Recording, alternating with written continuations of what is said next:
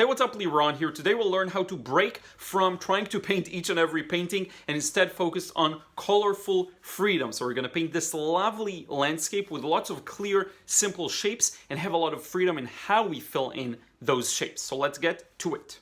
So because the drawing isn't really that important of a stage here, it's really more about putting things very simply so that you can have that freedom of breaking away from all the details. I was hesitant whether or not I want to include it, but I have included just a time lapse.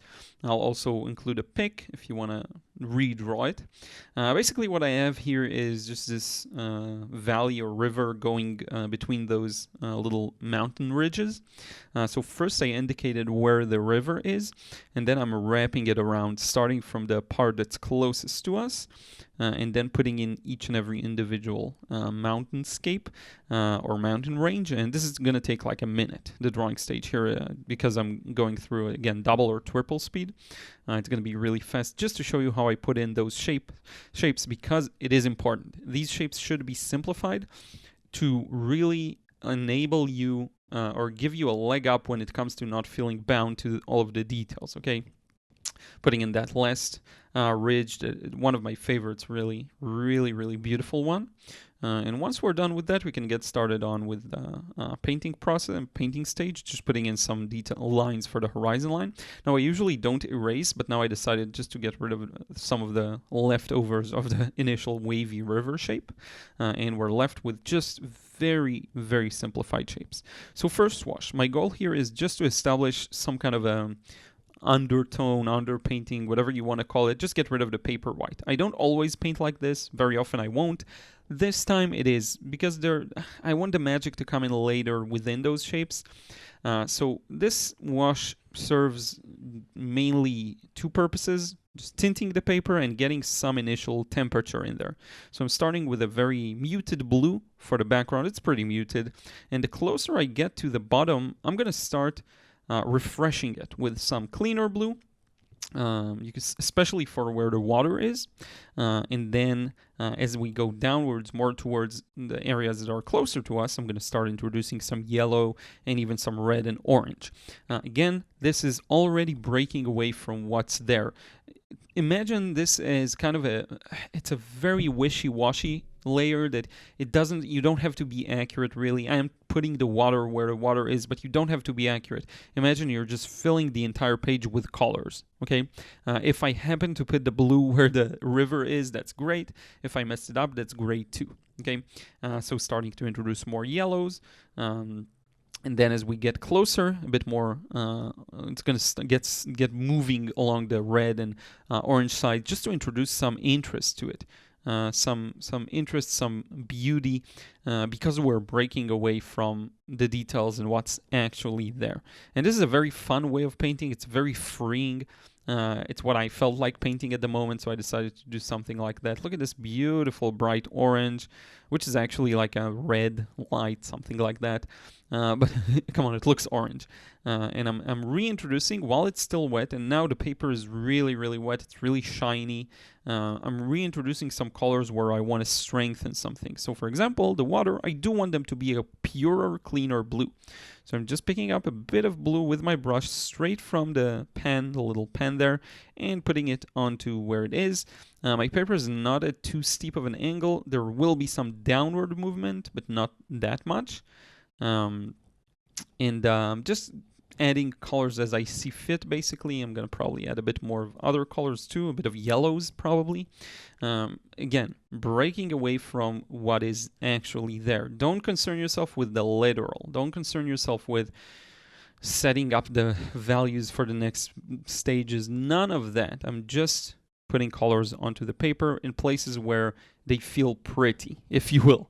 The next stage is really where all the magic is going to come, because we're going to treat each and every mountain range or ridge as its own entity, and we don't really care what's going on inside it. We're just kind of painting, okay?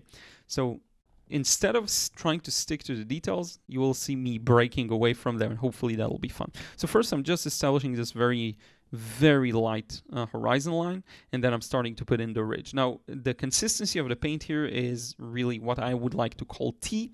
It means it's the least amount of paint possible. So it's just a bunch of water with a little bit of paint in it. So it's going to be very flowy. It's going to dry much lighter. In fact, I will need to darken this area in particular later on. You will see me do that. But overall, it's very watery. And you can see how the paint moves on paper. It really moves downwards. It beads. And yeah, it's just very, very watery. The way to produce this is you just pick up a bit of paint, put it on the mixing area, and then add a bunch of water to it. Or you can add a bunch of water, pick up one kind of spoonful of paint with your brush, not really spoon, and just place it there and mix it together. It should run and move very freely on the palette. You see the palette, if I move it now, all of the paint is going to bead and move, and yeah, it's complete flow, basically. Now, while I'm at it, I'm adding a few maybe reflections on the water's surface. They aren't there. Again, we're breaking away from what we're seeing in the reference, so I just decided to put them. Now we're going to start working on that range to the left. Now, you see a lot of green, mossy kind of a thing there. So I'm starting with a bit of green and yellow. So yes, starting kind of similar to what's there. But then I'm upping the saturation a bit. I put some pure yellow, cleaner yellow. I'm treating this entire thing within the pencil boundaries as one big shape. What happens within it isn't as important. So I'm going to kind of alternate between different colors that I either imagine there, see there. The thing is, there isn't one correct color. So if you ask me, why did you go with this color? Why did you add a bit of purple there? Why did you? I have no answer for that. It's just me choosing colors pretty much at random. The one principle I'm kind of sticking to is keeping things a little more muted at the back and going a little more saturated as I go to the front, which is something you've seen me do in the first wash as well. So aside from that concept, really not much going on. I will go a little darker when it gets closer, but these are really mild changes. So you see I'm putting in those shapes where I see kind of darker areas, but it's all flowing together. It's all moving. There isn't any control here, and there won't be. It's all going to dry and mix together, and the idea is fill in the shape however you wish, okay? You want to use a bit of green, use a bit of green. You want to use pure yellow, pure orange even, use it. And you will see me going a little freer the more we move downwards, just because I'm going to have a larger space to work with, a larger range of values, because I can afford it to go a little darker and all of that good stuff. So yeah, the same thing we did for this shape, we're just going to basically do for every shape. Now around where it meets the river, there are some areas that are a little darker, so I feel free to, at this stage, do some wet and wet and just start establishing them. Going as dark as I see fit at the moment. You could do these things later on, wet on dry, or you can do them now, wet and wet. It's not as important. What I want you to do is fill in those shapes. Okay, so moving along with a bit more green up top, a very greeny, mossy area. And any mistakes I have at this stage, which aren't really mistakes, because the goal here is just to fill in the shapes with colorful, beautiful colors. I will fix later on some things that I feel like from within that I want to tighten up. So you have that freedom to do these things later on. Now, I will say that with this mountain or hill, in particular, I got a little lost in the details. In this one, it was a bit hard for me to let go and see the entire picture. Could have done it much more effectively and much more efficiently. So that's one kind of caveat for this specific part of the process. All the rest, I didn't experience that. But what I will say is I was in the moment, so it wasn't like a conscious mistake. It was kind of like me messing around with way too many changes in too tight of an area. What I should have done is probably left this sliver of a green light and then moved downwards. Instead, I'm kind of going dark where I shouldn't, and I repaint some areas, but that's fine. The goal is still achieved, which is filling in those shapes with beautiful, bright, shiny, fun colors, whatever basically you want, whatever colors you like. Like this beautiful yellow, should have left it, but I end up kind of covering a lot of it up, kind of ruining it in the process. So Yeah, that'll happen too. When you do this, when you set very loose goals, you don't know what's going to happen within them. That's part of the fun, because the alternative to me is to be very tight and really try and get in every small detail, and that's exactly what I did not want for this process. Okay, so just have that in mind. Here I am covering some of that yellow. Should have probably kept it again.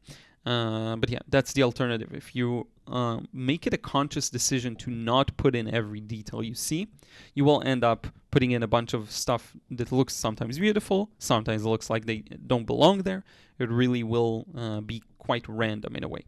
Now, as I move downwards, it's going to be much warmer. There's a lot more green, so I'm feeling much freer. I'm putting in orange freely. This orange is quite opaque too, so you got to be careful with that. But I just put a brush full of it. No worries whatsoever. Probably will add a bit of red to that later on as well, just in small places. And that's, again, goal achieved. You're not overthinking all of the small rocks and details. That can be really frustrating. And to be honest with you, I could find a middle of the road kind of approach. I could definitely establish the large, for example, on the mountain to the right, it's a little more obvious. You can establish those large shapes of green gray and then the green highlights around it. So that's actually a good example for still keeping it simple but going with what you see. But that's not the goal I set up initially. It was more like just go crazy within the shapes, within those shapes. And by the way, a quick side note, river scenes and things of that nature are really good for that, because you always, as long as you paint around the water, it will always look good. So you can get away with quite a lot if the value range is kind of water light, water and skylight, and the rest is slightly darker, and it will still look really good. So you can get away with quite a bit. So here I'm trying something a little different, putting in a bunch of yellows for the mossy areas and then painting around them with the more muted purple-ish blue. So that's another way of approaching this. If you'd put the yellow on top of that gray, it will be very hard to see. So sometimes it is actually better to put the individual paints separately, aka letting them mix on paper, but also in separate areas on paper, rather than wet in wet. I hope that makes sense. And again, any kind of corrections, sometimes you have to, it's like, I can equate this to writing. Most of the work when writing a story, for example, is the rewriting. You first have to write something in order to be able to improve it. And this is kind of the same. You have to put something in there so that you know what you need to improve. And if you second guess every small step, if you question yourself, if you wonder, should I do this or should I do that, you'll end up with a big mess, and you may not have fun too. You may not enjoy it as much. Whereas if you put something there, fill in the shapes randomly with colors, you then have something to look at and something to wonder, what do I want to improve here? Do I even want to improve something here? Or am I happy with it? So you got to put something onto the paper in order to have something to work with very often. And I want you to really see it this way and try and see it this way, especially if you get to a wash and you're stifled, or if it's a habit for you to feel that kind of a rigidity when starting to paint. And it's funny how this kind of loosens up, and you may experience this. The more you get into the painting process, the more fun it gets, and the more you kind of forget about these things. So here I am putting some reflections there on the water, very gentle. I don't want to lose the fact that the water is lighter than everything else, basically, except for the sky maybe. So I don't want to have to darken the water and then, I need to now darken the ridges. I need to darken the land. No, I don't want to do that, okay? So believe it or not, this is like 90% finished. All we have left to do is kind of darken the background a bit. It's too light, and I really would like to get it a little darker.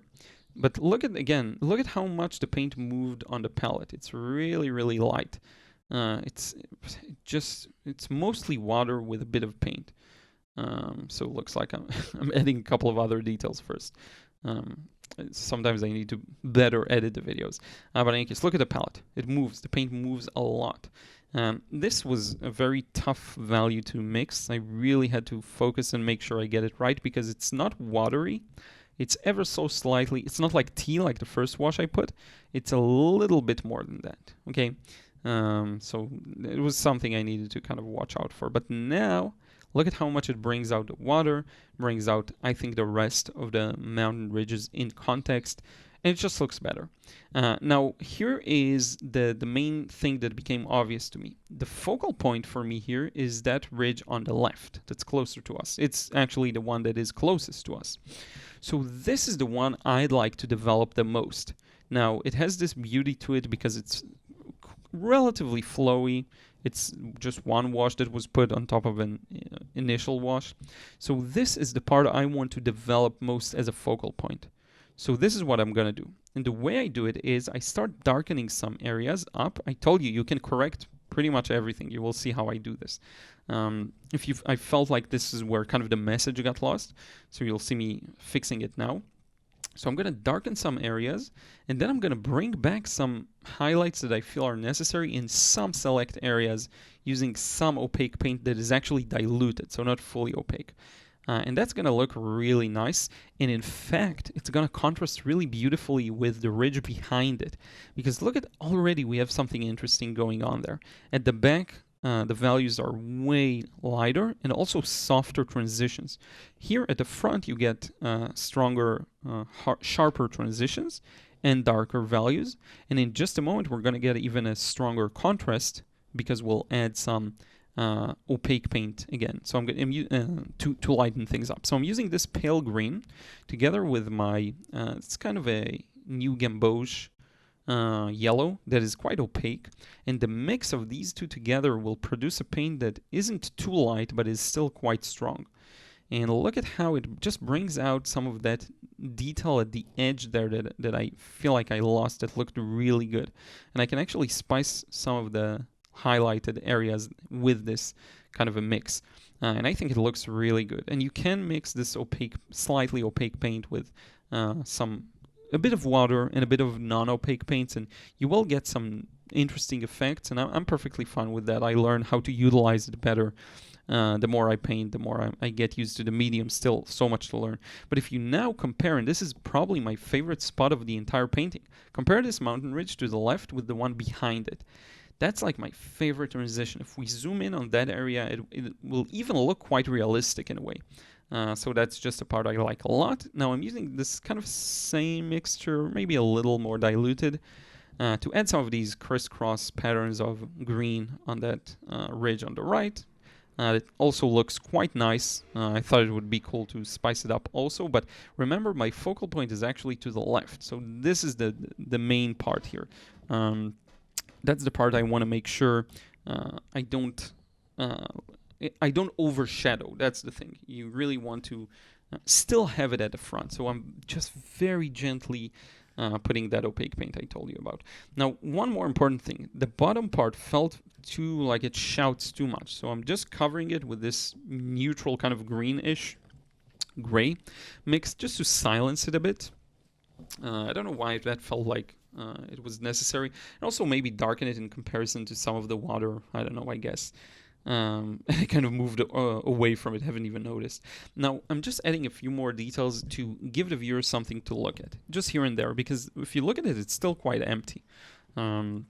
So among all of the blurry and blended transitions, I wanted to add a few small spots to touch upon and just give the viewer, again, something else to rest their eyes on, or rather to focus on. Now, if you look at this entire painting, again, in its entirety, it's nothing crazy. It's not realistic, really. If you take a few steps back, it looks actually quite good, but it's very almost expressionistic, and it's a manifestation of what I felt like when working on it. It's me looking to work very freely within some constraints. What are the constraints? The drawing. The drawing I put, just big shapes, and within those very loose constraints, I just put colorful colors. You put it there, a first draft, and then you see how you can improve upon it. In this one, it came in the shape of adding those details on the ridge to the left especially. It will manifest differently in different paintings. Don't be afraid to put in this first draft and then see where you want to take it. Sometimes it's better than the alternative of not being able to let go of, breaking your head over which part you want to put in, to not put in, losing the entire impression or the painting working as a whole, losing the flow. It's just not worth it. So put in a first draft. Even if it's not good, you will be able to improve upon it or just create another one. And this is kind of what I wanted to show you with this example. So nothing spectacular. You can do this too. It's not even like that pretty of a painting. I actually like it a lot. But I don't know, objectively or not objectively, but I guess objectively, if you try to judge it on the merit of its realism, it's not really there. But actually, people reacted really nicely to it on Instagram. When you see it immediately, just the first impression, it really looks good, in my opinion. So yeah, just an experiment. I hope you enjoy this. We're going to remove the tape, look at the final result. With these landscapes, usually it's very satisfying to remove the tape. It just makes it look so much better. I will hold it up soon, up close to you to see it. Again, as I mentioned in a few posts and so on, I was a little sick, so I'm kind of slowly recovering now. I'm feeling a lot better and just wanted to paint kind of peacefully, not narrate while I paint. But in case, here's a picture, here's a zoom in. Hope you enjoyed this one, and now let's wrap it up face to face. So I hope you enjoyed seeing the process, and I hope it sparks a bit of more freedom in you. If you felt like you're latching onto drawing and painting each and every small shape, maybe seeing this in action will help you. There are a lot of nuances in the values and getting them right, in the color temperature and the saturation, and how you mix the colors that can be improved and worked upon later. But for now, if you just focus on that freedom of filling in the existing shapes, you will do decently well, and you let watercolor flow, which is what they're meant to do. So thank you so much for watching. Two things: be sure to check out the How to Simplify course, completely free, here on YouTube and on Udemy as well. Links in the description box below. And if you want to learn more of that, of how to let go, enjoy the painting process, get the result you want, and let watercolor do their thing, be sure to check out the frustration-free watercolor course, link also in the description box below. Thank you so much. I will see you again in the next vid.